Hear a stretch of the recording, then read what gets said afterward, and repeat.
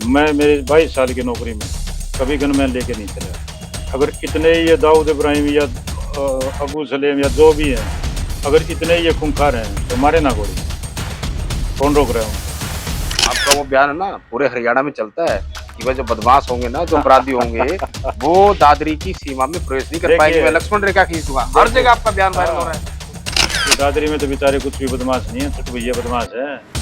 बदमाश तो बड़े बड़े रोहतक, झज्जर, सोनीपत और रोहतक गुड़गांव वाले हैं। जब वो सीधे कर दिए तो दादरी वाले क्या बदमाश है भाई।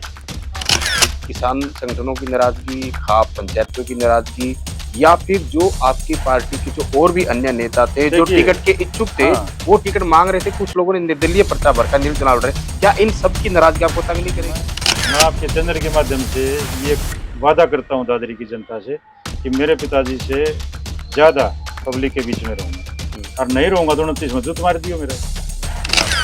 कांग्रेस का साफ तौर पर कहना है कि जनता जो 10 साल के शासन से, हालांकि तो कुशासन बोलते हैं, कि प्रदेश की जनता बीजेपी के 10 साल के कुशासन से दुखी है और इस बार हरियाणा में पूर्ण बहुमत के साथ कांग्रेस की सरकार बनने जा रही है। उनके दावे को आप कैसे देखते हैं?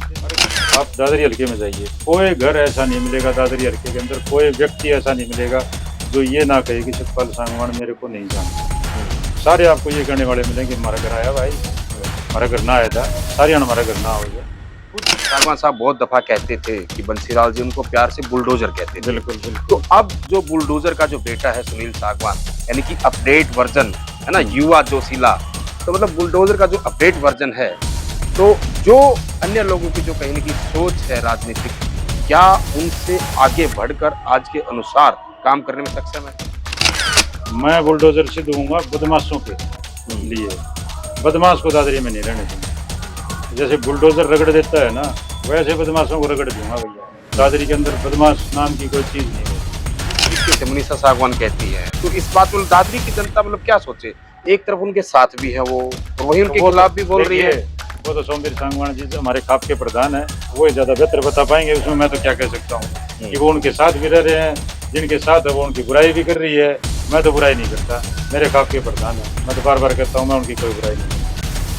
और मैं बड़ी बात करूं, हालांकि आपका नाम बार बार जोड़ा जाता रहा है, बहुत बार उस पे बयान भी दे चुके हैं, राम रहीम को लेकर बड़ा मतलब आपके साथ विवाद हाँ, नाम। मैं आप सवाल मैं समझ गया, क्योंकि लगभग सारे सवाल एक जैसे ही होते हैं। हाँ हाँ जितने मीडिया चैनल आए हैं वो एक ही सवाल करते हैं, 6 पैरोल दी आपने दी। जी। मैं क्लियर कर दूं आपके चैनल के माध्यम से, दादरी की जनता, हरियाणा की जनता और हिंदुस्तान की जनता के सामने जो दुष्प्रचार किया जा रहा है, बताने के लिए थोड़ी ना जा रहे हो। जनता सियाणी है, सब पता है कौन एरोगेंट है, कौन कौन क्या है, कौन चंदा वापिस देता है, कौन चंदा वापिस मांगता है, दुनिया को जनता को सब पता है।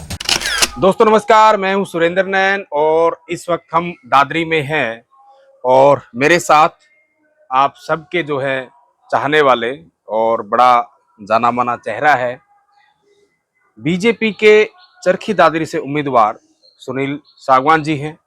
और सुनील सागवान जी जेलर भी थे, और उससे पहले की अगर मैं बात करूं तो सतपाल सागवान हरियाणा की राजनीति में एक बहुत बड़ा नाम, उनके बेटे हैं और प्रकृति प्रेमी हैं।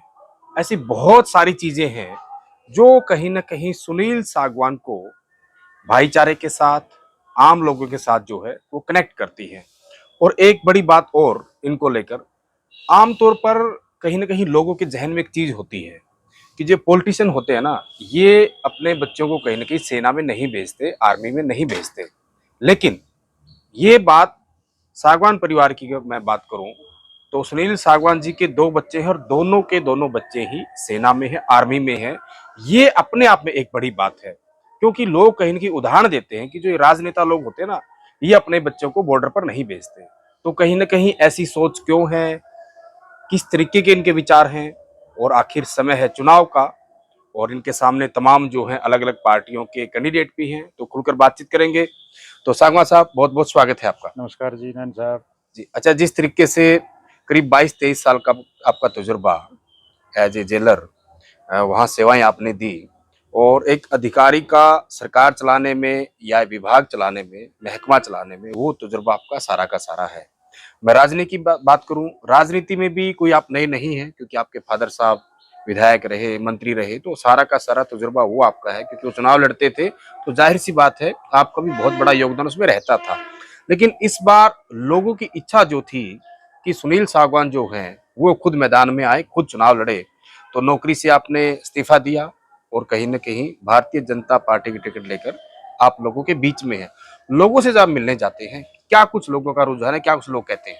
देखिए, लोगों का रुझान इतना है कि लोग उम्मीद से मेरी तरफ देखते हैं, और उनकी उम्मीद मेरे को चेहरे और उनकी आंखों में दिखती है। उनको ये लगता है कि ये कुछ करेगा हमारे लिए।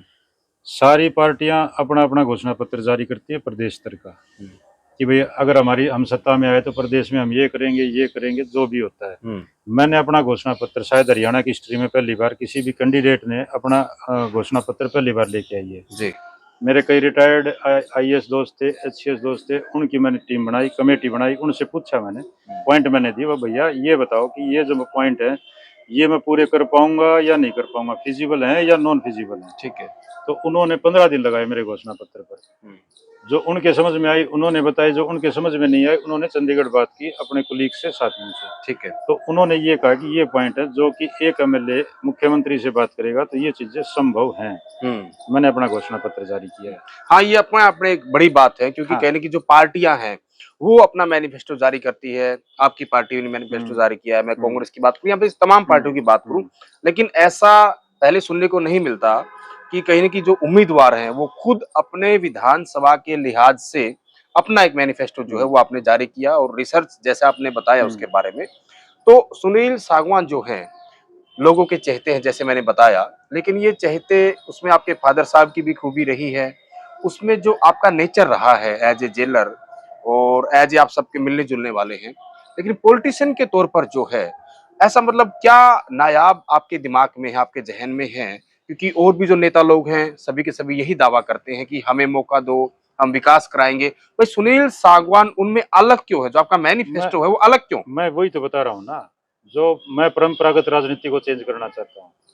जो परंपरागत, मैं विकास करूंगा, मैं नौकरी लगाऊंगा, मैं ये करूंगा, ना भैया, बिल्कुल ऐसा नहीं।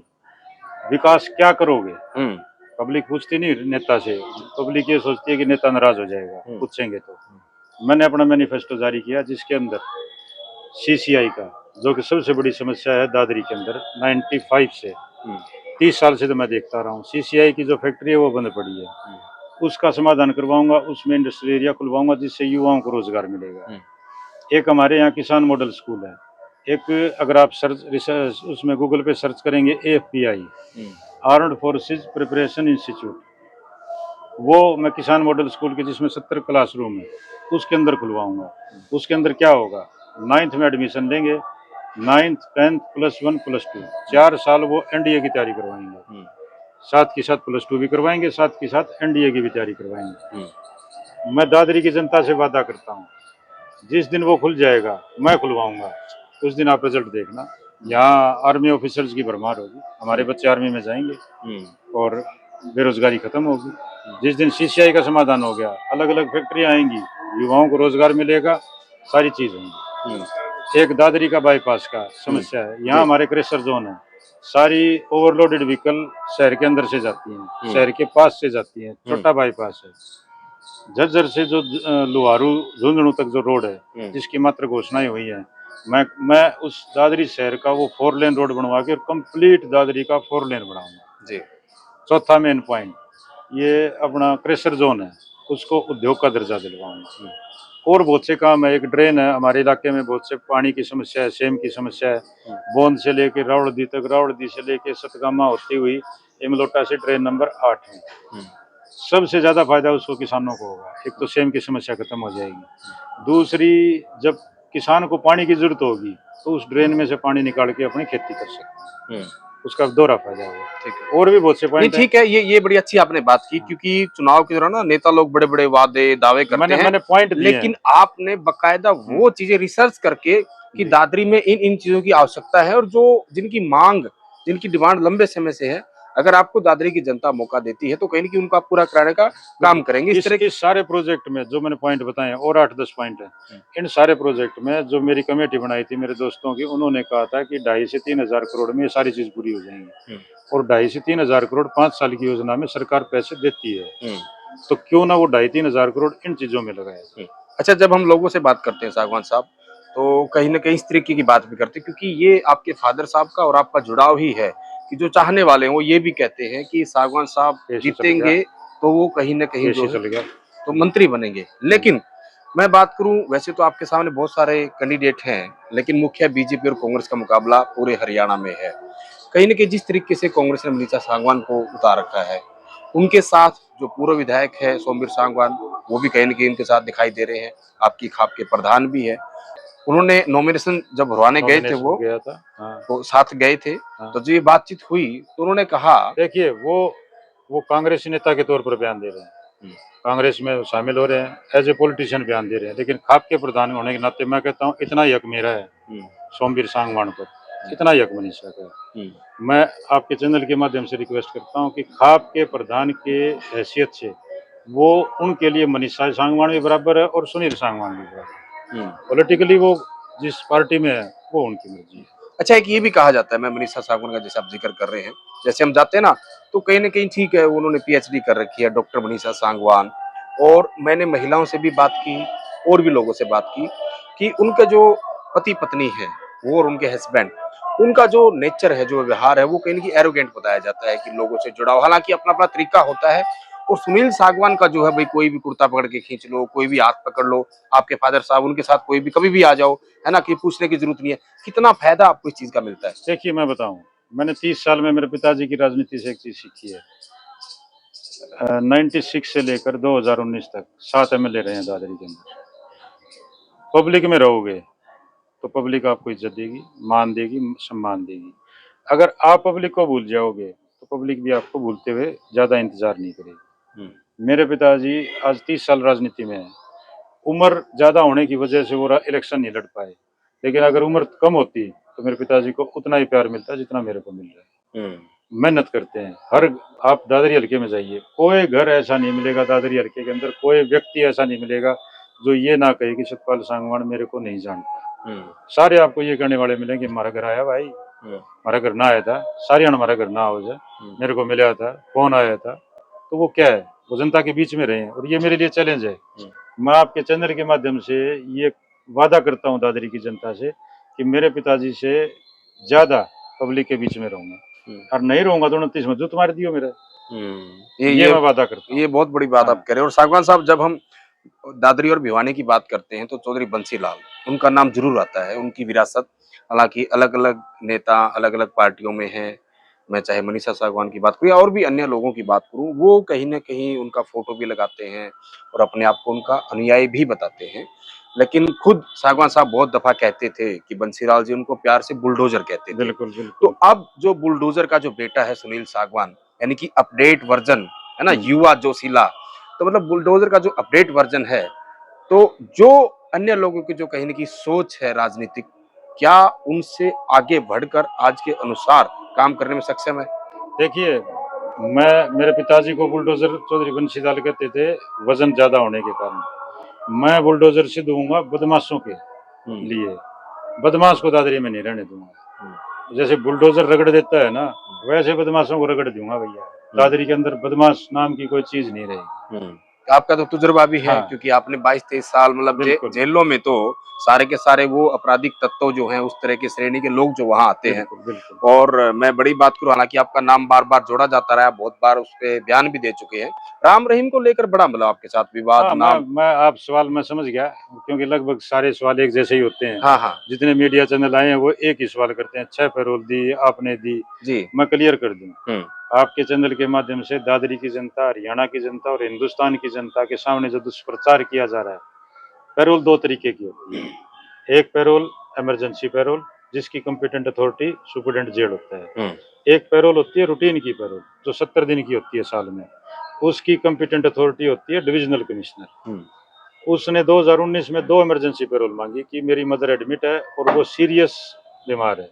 हमने उसकी इंक्वायरी करवाई, इंक्वायरी में यह है कि एडमिट तो है भाई लेकिन सीरियस नहीं है, तो मैंने उसकी रिजेक्ट की है। मैंने 3 इमरजेंसी पैरोल उसकी रिजेक्ट की है। रही बात 6 पैरोल की, 6 पैरोल मेरा काम है कागजी साथ से लेना और आगे डिविजनल कमिश्नर को भेजना। कंपिटेंट अथॉरिटी डिविजनल कमिश्नर है, और डिविजनल कमिश्नर की भी मैं आपको बता दूं कि वो कैसे डिसीजन लेता है जी। जेल से चिट्ठी गई कि फलां कैदी ने पैरोल मांगी है, तो वो जहाँ के लिए उसने पैरोल मांगी, जैसे बाबा जाता है बागपत या बरनावा, तो डिविजनल कमिश्नर रिपोर्ट लेता है बागपत डीसी की, बागपत एसपी की, बरनावा एसएचओ की। अगर वो तीनों एनओसी जारी करते हैं तो फिर डिविजनल कमिश्नर उसके ऊपर डिसीजन लेता है कि भाई इसको पैरोल पर भेजा जाए या नहीं भेजा जाए। उसमें हमारा कोई रोल नहीं है, हमारा इतना रोल होता है चिट्ठी आई इस साइड की, ठीक है, ठीक है। ये बात थी जब तक आप अधिकारी थे, जेलर जी थे, जी तो जी। उस वक्त के आरोपों का जवाब आपने दिया। लेकिन आप जिस पार्टी में हैं सागवान साहब, जिस पार्टी के अंदर आप शामिल हुए और जिस पार्टी की नीतियों कहीं न कहीं आपको ठीक लगा होगा तभी आप शामिल हुए। कहीं न कहीं क्योंकि देखिए ग्रामीण इलाका, किसानी का इलाका और किसान आंदोलन चला, तो कहीं न कहीं यहाँ भी किसान तो हैं ही, हर जगह हैं। तो क्या किसान संगठनों की नाराज़गी, खाप पंचायतों की नाराज़गी या फिर जो आपकी पार्टी के जो और भी अन्य नेता थे, जो देखिए, टिकट के इच्छुक थे, हाँ, वो टिकट माँग रहे थे, कुछ लोगों ने निर्दलीय पर्चा भरकर निर्दलीय चुनाव लड़ रहे, क्या इन सब की नाराज़गी आपको तंग नहीं करेगी? मैं आपको एक-एक बात का जवाब देता हूँ। सबसे पहले तो है किसान आंदोलन। किसान आंदोलन में मेरे पिताजी जेजेपी के राष्ट्रीय अध्यक्ष थे। उन्होंने किसान आंदोलन के समर्थन में जेजेपी पार्टी को रिज़ाइन किया। किसान आंदोलन आप बताइए, किसान आंदोलन किस मुद्दे पर था? किसान आंदोलन 3 किसान बिलों के मुद्दे पर था। उसी मुद्दे पर था। वो केंद्र सरकार ने वापस ले लिए, आंदोलन खत्म हुआ। किसान खुशी-खुशी घर गए। तो किसानों के अंदर तो ऐसी कोई बात नहीं है कि कोई विरोध वाली बात। कांग्रेस जो है, कांग्रेस जिस तरीके से अपना मैनिफेस्टो लेके आई है, उन्होंने कहीं न कहीं दावा किया है कि वो एमएसपी पर जो है वो कानून बना देंगे। इसकी बात उन्होंने की है। देखिए, एमएसपी पर कांग्रेस कानून बनाती तो 24 पूरे हिंदुस्तान में, हरियाणा प्रदेश में 24 फसलों पर को एमएसपी देने वाला कोई प्रदेश है तो वो हरियाणा की बीजेपी सरकार है। आप करिए ना कर्नाटक में, कौन रोक रहा है आपको? जहाँ-जहाँ आपकी सरकार है करिए ना, कौन रोक रहा है आपको? ये सिर्फ लोगों को बहकाया जा रहा है, फुसलाया जा रहा है ताकि उनको बहका के वोट ली जा सके, सरकार बनाई जा सके। मतलब सिर्फ चुनावी वादा है। मैं कह रहा हूँ, आप बनवाइए ना कर्नाटक और में। जिस तरीके से इसमें एक और मतलब टेक्निकल चीज़ है, आप हिमाचल में बनाइए ना। एमएसपी जो है वो कहीं न कहीं केंद्र निर्धारित करता है। ये नहीं, कुछ सेंट्रल कुछ गवर्नमेंट का कुछ कुछ अगर कानून हाँ, बनाना है हाँ, अगर हाँ, कानून बनाना है हाँ। तो स्टेट गवर्नमेंट की बजाय तो पावर सेंट्रल। ही नहीं है। हुँ, वो तो स्टेट तो सिर्फ एमएसपी दे सकती है फसलों के ऊपर। जी। वो 24 फसलों पर हमारी बीजेपी सरकार ने दी है। आप किसी प्रदेश का डाटा उठा लीजिए, हिमाचल में अगर कांग्रेस इतनी हितैषी है, किसान हितैषी है, तो हिमाचल में और कर्नाटक में देना, कौन रोक रहा है उनको? लेकिन चुनावी वादे हैं, चुनावी ढकोसला कर रहे अच्छा, हैं। जहाँ किसानों की बात होती है वहाँ जवानों की बात भी होगी। मतलब जैसे मैंने शुरू में जब मैं बता रहा था आपके बारे में, तो हालाँकि ये तो होता ही भी हो सकता है आगे राजनीति में आए तो शायद आपने ऐसा सोचा था, नहीं सोचा था मुझे नहीं पता। लेकिन बच्चों को आप मतलब उस लाइन में मतलब सेना के लिए वहाँ तो हर कोई खासकर क्योंकि आपके फादर साहब पॉलिटिशियन हैं बहुत पुराने, तो वो अपने बच्चों को, अपने पोते-पोतियों को मतलब क्यों वहाँ ऐसी सोच कहाँ से आई? देखिए, मैं अक्सर डिबेट सुनता था आप लोगों की, पत्रकारों की, और जब भी कोई जवान हमारा शहीद होता था, जब भी कोई ऑफिसर शहीद होता था कश्मीर में या बॉर्डर पर कहीं भी, तो डिबेट में अक्सर ये सुनता था कि इन पॉलिटिशियन के बच्चे अगर आर्मी में होते तो ये बॉर्डर पर ऐसा नहीं होता। तब मैंने ठानी थी, मेरे मेरे बच्चों की सहमति ली, उनकी कंसेंट ली, बेटा फौज में जाना चाहोगे? बोले पापा बिल्कुल जाना चाहेंगे, क्यों नहीं जाना चाहेंगे? और मैं फ़ख्र करता हूँ अपने बच्चों पर।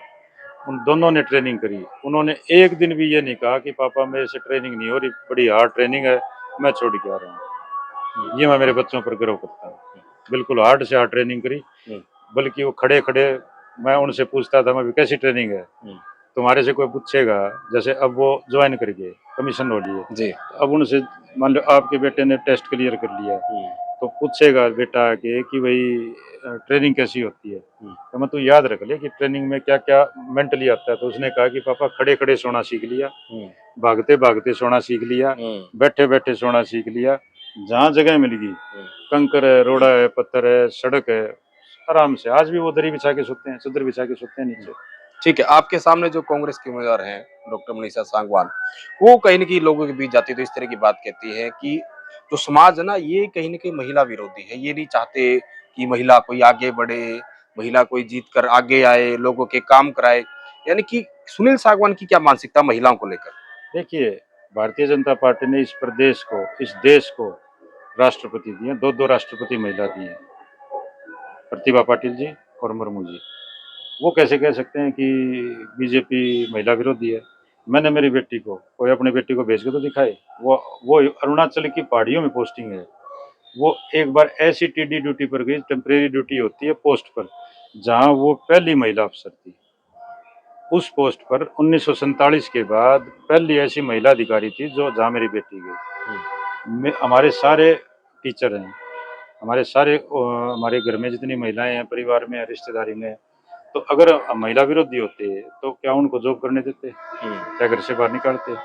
ये तो कहने की बातें हैं। वो इलेक्शन लड़े, देखो मैं उनके ऊपर कोई कमेंट नहीं करूंगा, पर्सनल कोई आरोप नहीं लगाऊंगा, लगाने को बहुत है मेरे पास, लेकिन मेरे संस्कार नहीं है पर्सनल आरोप लगाने के लिए। लड़ाई लड़ो, अच्छी लड़ो, ऐसी लड़ो कि कल जब आमने सामने हो तो आंखें ढंग से मिले और अच्छे तरीके से बात हो।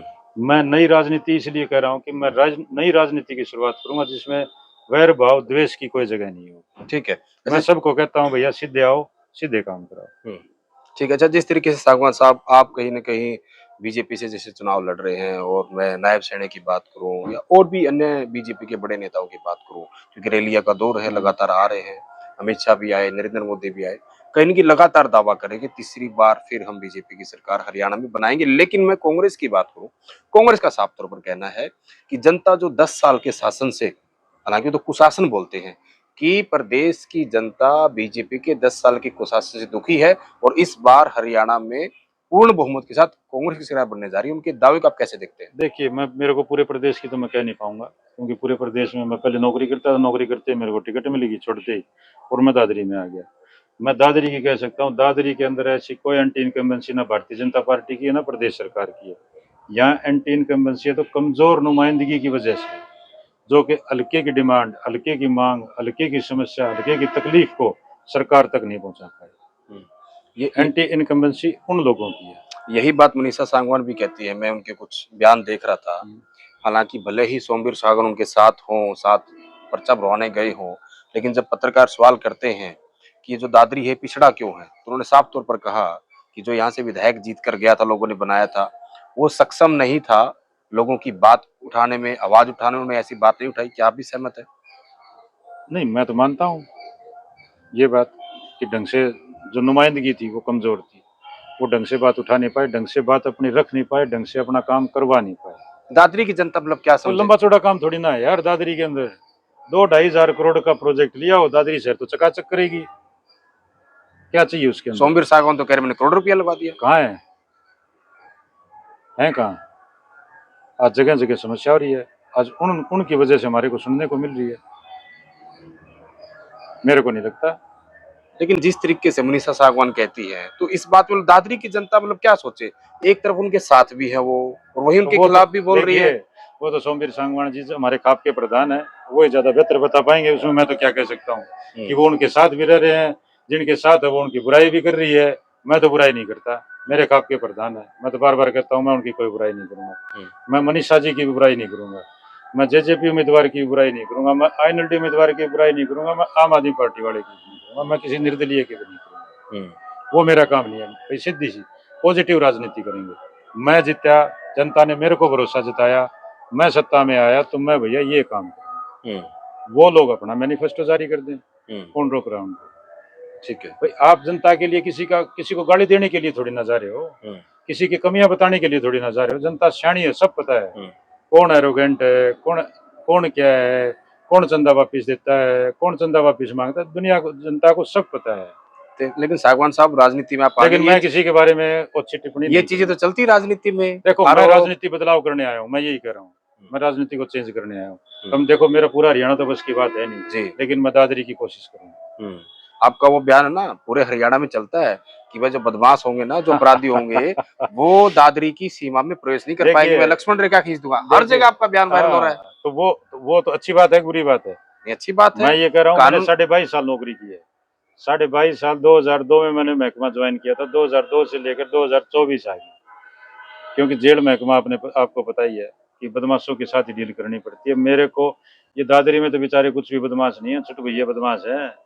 बदमाश तो बड़े बड़े रोहतक, झज्जर, सोनीपत और गुड़गांव वाले हैं। जब वो सीधे कर दिए तो दादरी वाले क्या बदमाश हैं भाई? मैं मेरे 22 साल की नौकरी में कभी गनमैन लेके नहीं चला। अगर इतने ये दाऊद इब्राहिम या अबू सलेम या जो भी हैं, अगर इतने ये खूंखार हैं तो मारे ना गोली, कौन रोक रहा है उनको? मैं इनके ब्योंत को जानता हूँ भाई, मैं दादरी की जनता को कहता हूँ, इनके बदमाशों के ब्योंत को जानता हूँ। आपके चैनल के माध्यम से मैं दादरी की जनता को ये विश्वास दिलाता हूँ, एक फोन कर दियो, बदमाश को सीधा कर दूंगा।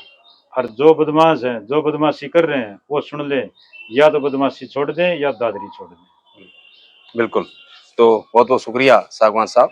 तो ये सुनील सागवान, पूर्व जेलर और सतपाल सागवान जी के बेटे, और जिस तरीके से कहीं की सोच, ये बहुत बड़ी बात होती है। और शायद हालांकि आप भी कमेंट करके बताएंगे, क्योंकि जो इन्होंने सोच बताई है कि मैं किसी की टांग खिंचाई नहीं करूंगा, मैं किसी पर कोई आरोप प्रत्यारोप की बात नहीं करूंगा, मैं चाह रहा हूं कि बदलाव की राजनीति, वो राजनीति जो मुद्दों की हो, वो चीजें जो कहीं ना कहीं दादरी के लोगों को काम आए, वो चीजें जो बहुत सालों से लंबित पड़ी थी, उनको ये कहीं न कहीं करवाने का प्रयास करेंगे। अक्सर चुनाव में देखा जाता है, हम ये कर देंगे, वो कर देंगे, फलां कर देंगे, और जो पार्टी की उनकी लाइन होती है ना, पार्टी की लाइन पे बात करते हैं। लेकिन यहाँ तो 2-2 लाइन है।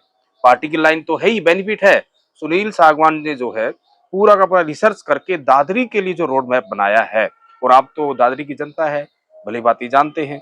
तो आखिर सागवान साहब का जो ये अवतार है पॉलिटिक्स वाला, पॉलिटिशियन वाला, इसको आप कैसे देखते हैं? क्योंकि तमाम जो है खिलाड़ी मैदान में हैं।